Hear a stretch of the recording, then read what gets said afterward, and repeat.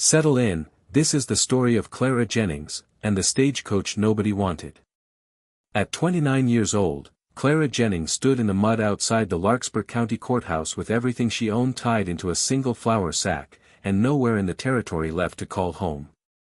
It was her husband's father, Silas Jennings, who had put her there, a hard, land-hungry man who blamed her for his son's death and turned her out of the store she had built with her own 2 hands the very week she buried him. What little money she had left after the burial and the debts came to $11.40, folded tight into a handkerchief. And when the county auctioned off the last rusting relics of the failed Larkspur Stage and Freight Company that same afternoon, Clara spent 4 of those dollars, the price nobody else would pay, on a dust-caked, sun-cracked old Concord stagecoach that had sat abandoned behind the livery for 15 years. Folks called it foolish. What none of them knew was that sealed inside its battered boot lay something that would not only change the course of Clara's life, but quietly restore an entire town to what had been stolen from it, decades before. Settle in, and let us tell you the story of Clara Jennings. If you're watching this from a place that feels forgotten, tell us where you're writing from in the comments below. Clara had been born in that same town of Larkspur Hollow, in the high grass country of the Colorado Territory, in a year when the coach road was still new and the spring at the center of town still ran clean and shared by every family who needed it. Her mother, Margaret Whitcomb, had been a woman of uncommon steadiness, a bookkeeper by trade, sharp with numbers in an age when few women were permitted to be sharp with anything at all, and for 11 years she had kept the ledgers for the very Larkspur Stage and Freight Company whose coaches once rattled through the pass carrying mail, gold dust, and grieving strangers alike.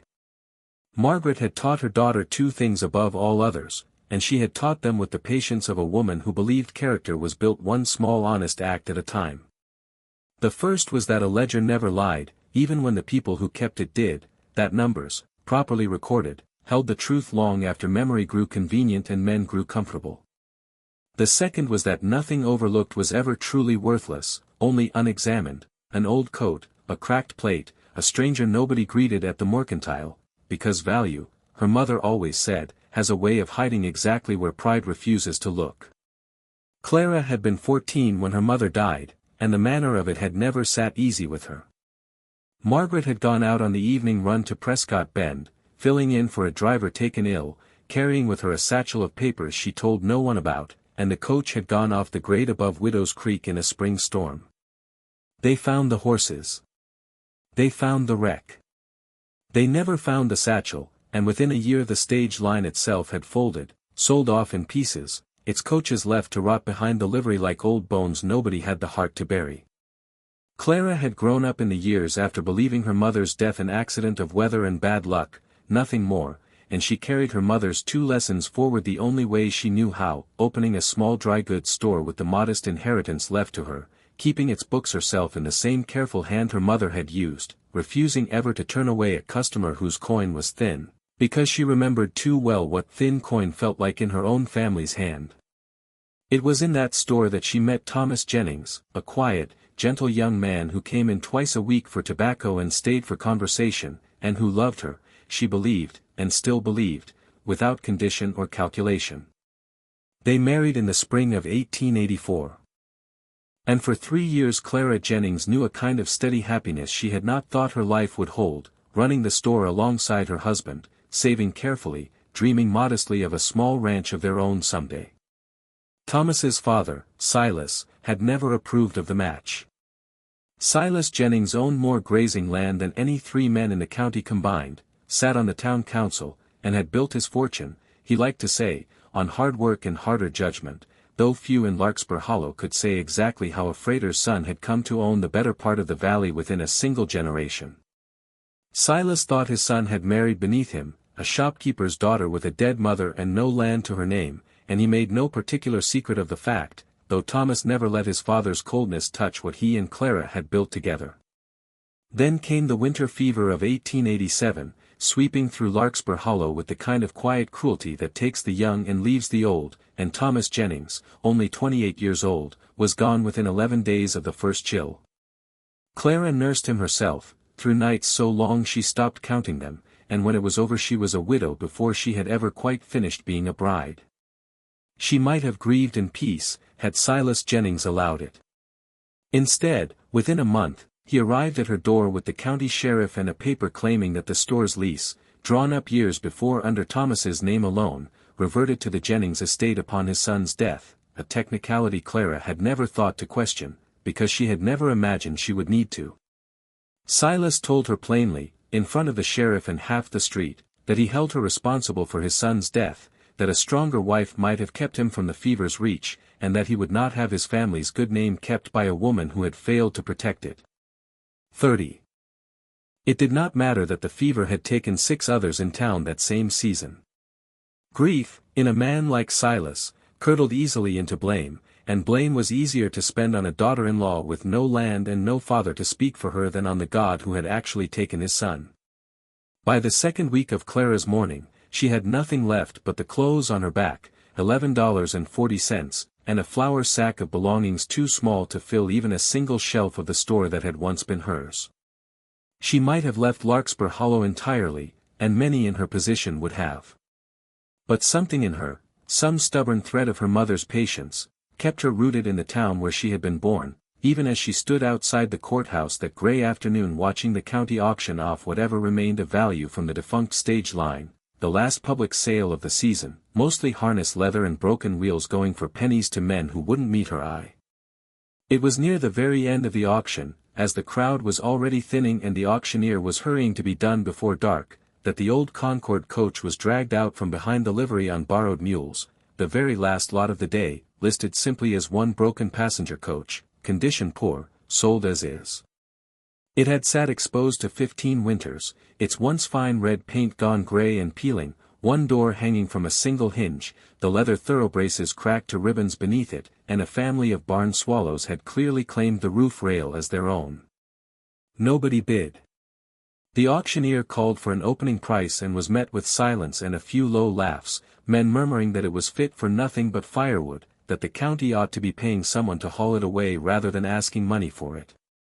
Clara, standing near the back with her flour sack and her handkerchief of coins, felt something she could not entirely explain, not sentiment exactly, not yet, but a kind of wreck. The particular tug her mother used to describe when she looked at something the world had decided was worthless and saw instead something merely unexamined. She raised her hand and offered $4, and the auctioneer, startled and relieved to be rid of it, brought the gavel down before anyone could think to laugh at her twice. She walked the coach home herself that evening, or rather walked beside it, leading the borrowed mule team through the last gold light of afternoon while half the town watched a widow drag a dead stage line's ugliest leftover down the main street of Larkspur Hollow, and she told herself, the way a person does when they have made a decision out of instinct rather than sense, that at the very least it was shelter, a roof, however patched, over her head that night, parked in the weedy lot behind. The old Whitcomb place her mother had once rented, the one plot of ground in town that still, technically, belonged to no one but Clara herself. It was past midnight before she thought to look inside the boot. She had settled what bedding she owned across the cracked bench seat, had eaten the last of her bread, and might have simply slept, exhausted as she was, but something nagged at her, some habit of thoroughness her mother had drilled into her at the store, never to leave a thing unexamined simply because it looked finished. The boot at the rear of the coach, the deep leather enwood compartment where luggage and freight had once ridden, was swollen shut with age and damp, and it took her the better part of 20 minutes with a fire iron to work the latch free. Inside, beneath a rotted horse blanket and a nest of dried grass some field mouse had long since abandoned, her fingers found a flat wooden box, its corners bound in tin, its lid held fast with a small brass hasp gone green with age. She carried it inside by lantern light with hands that would not quite stay steady. And when she finally worked the hasp loose and lifted the lid, she found, wrapped in oilcloth gone stiff and yellow, a leather-bound journal, and stitched into the inside cover in a hand she would have known anywhere in the world, faded but unmistakable, were the words, "Property of Margaret Whitcomb, Larkspur Stage and Freight, begun this spring, to be finished when I am brave enough." Clara sat on the floor of that ruined coach until dawn, reading her mother's handwriting for the first time in 15 years, and understood, somewhere before the sun came up, that her mother had never simply fallen from the grade above Widow's Creek. She had been carrying something out of that valley, and she had never gotten the chance to finish telling it. The journal was not, as Clara had first feared, a record of her mother's final hours, though those pages would come, aching and spare, near the very end. It began, instead, 8 months before the accident, in her mother's careful bookkeeper's hand, with an entry that read simply, "The Cornelius Jennings survey does not match the original county grant. I have checked it 3 times now." Clara had to read the sentence 4 times herself before its weight settled on her, because Cornelius Jennings had been Silas's father, the man who founded the Larkspur Stage and Freight Company, and the man whose fortune Silas had inherited and multiplied into the largest landholding in the valley. Margaret's entries, dated and precise the way only a trained bookkeeper's could be, laid out over the following weeks a discovery she had stumbled into almost by accident while reconciling the stage company's freight manifests against the county land office records in Prescott Bend, that the original 1861 township grant establishing Larkspur Hollow had set aside a broad tract of common land, including the spring at the center of town, for the shared use of all settlers and their descendants in perpetuity.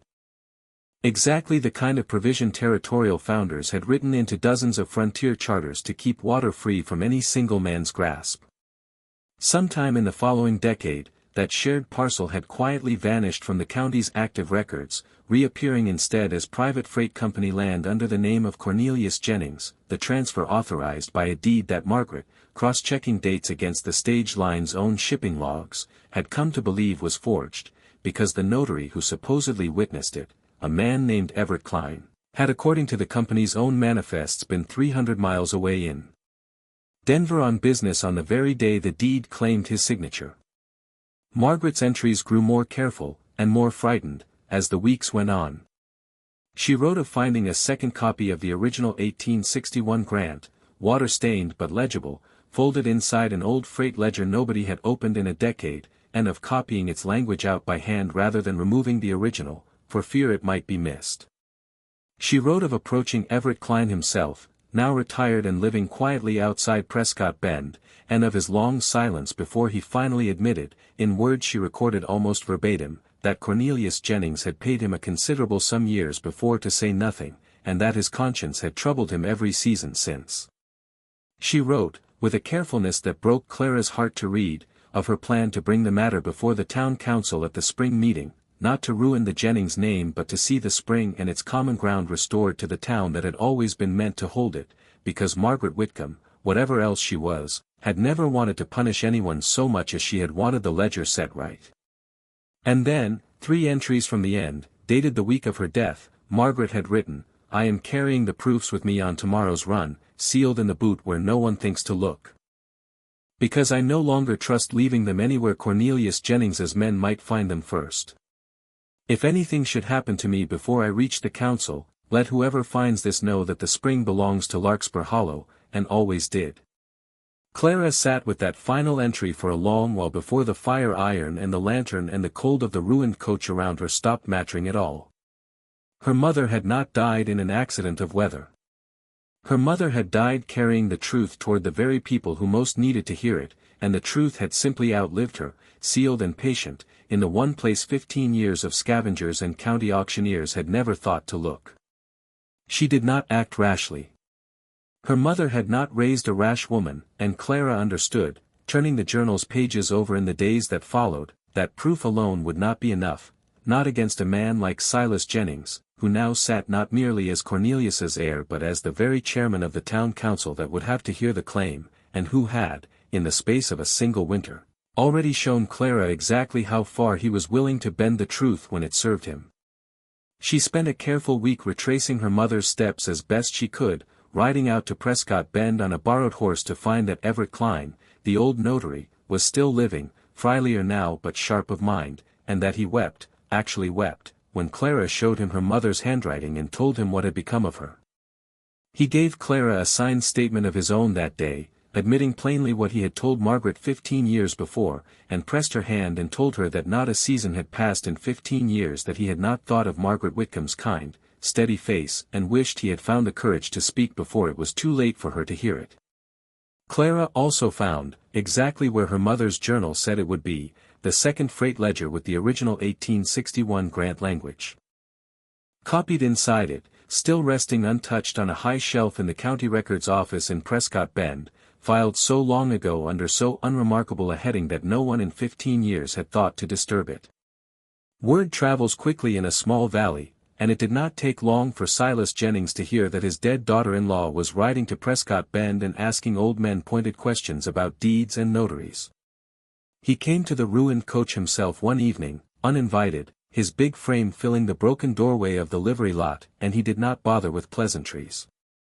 He told Clara plainly that whatever nonsense she believed she had found in her mother's old scribblings, it changed nothing, that the Jennings name had built half of what stood in Larkspur Hollow, that the town owed its very existence to his father's freight line and his own decades of investment, and that no shopkeeper's widow with a flour sack for a fortune was going to stand up at a council meeting and call the founding family of the Valley thieves. He offered her, with the particular coldness of a man accustomed to being obeyed, $20 to burn the journal and leave Larkspur Hollow for good, and when she refused him quietly but without wavering, his tone changed entirely, and he told her that if she tried to bring this before the council, he would see to it personally that no store in the valley would ever sell to her again, that no roof in the county would be rented to her, and that she would learn precisely how small and cold a place the world could be for a woman with no family standing behind her. Clara did not sleep well that night, and she would tell people afterward, in the quieter years that followed, that it was not Silas's threats that kept her awake so much as the fear that he might, in the end, simply be right, that the truth, however carefully documented, might not be strong enough on its own to move a town that had grown comfortable looking away. But she thought of her mother's handwriting, careful and unafraid even in its final entries, and she thought of the 11 days she had spent nursing Thomas without once being permitted the dignity of grief afterward, and somewhere in that long night she understood that she had already lost everything Silas Jennings could threaten to take from her. There was nothing left in his power to withhold that frightened her any more. She brought the matter before the Larkspur Hollow Town Council on the first Tuesday of May, in the same meeting hall where Silas himself sat chairman, and she came prepared the way her mother had taught her to come prepared for anything, with the original journal, with Everett Klein's signed and witnessed statement, with the recovered freight ledger bearing the copied 1861 grant language in her mother's own careful hand, and with a formal request, filed that very morning at the county recorder's office in Prescott Bend before anyone in town could think to intervene, that the original township records be pulled and compared against the current deed on file for the disputed common land.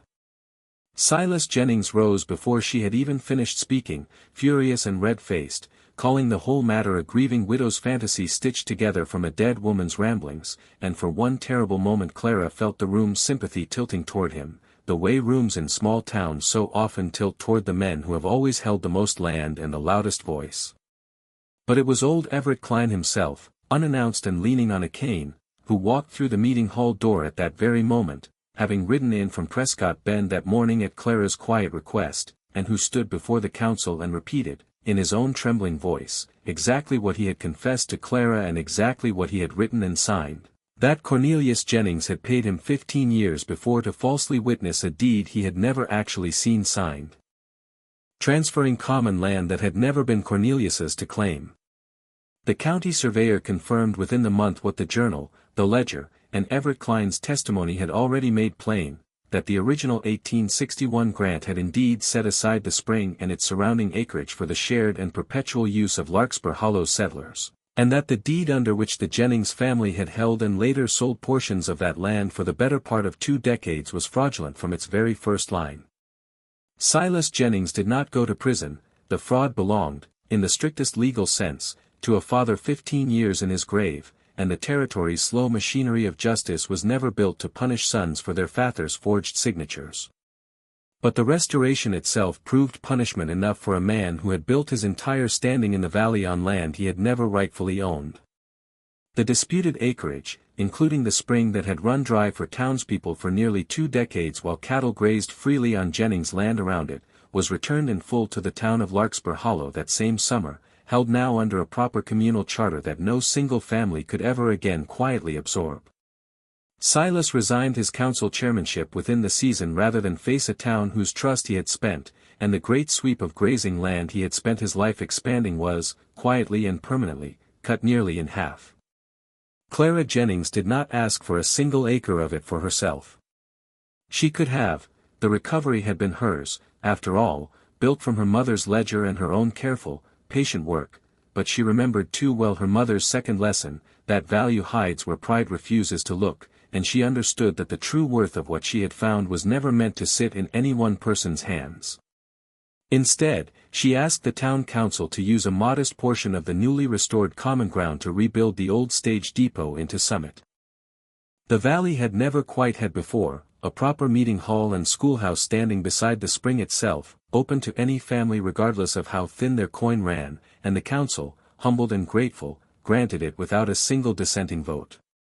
She kept the old Concord coach, too, patched and repainted, not out of sentiment for its former glamour but because it seemed to her the truest monument the town could keep, a thing everyone had once called worthless, standing now at the edge of the restored spring where children played, its boot left permanently open and empty, a reminder to anyone who passed that the things a town discards too quickly are sometimes the very things it will one day need back most. And so it was that Clara Jennings, who had begun that long gray autumn with $11.40 and a flour sack to her name, ended it as the woman who had given Larkspur Hollow back its own water, its own common ground, and a little of its own conscience besides.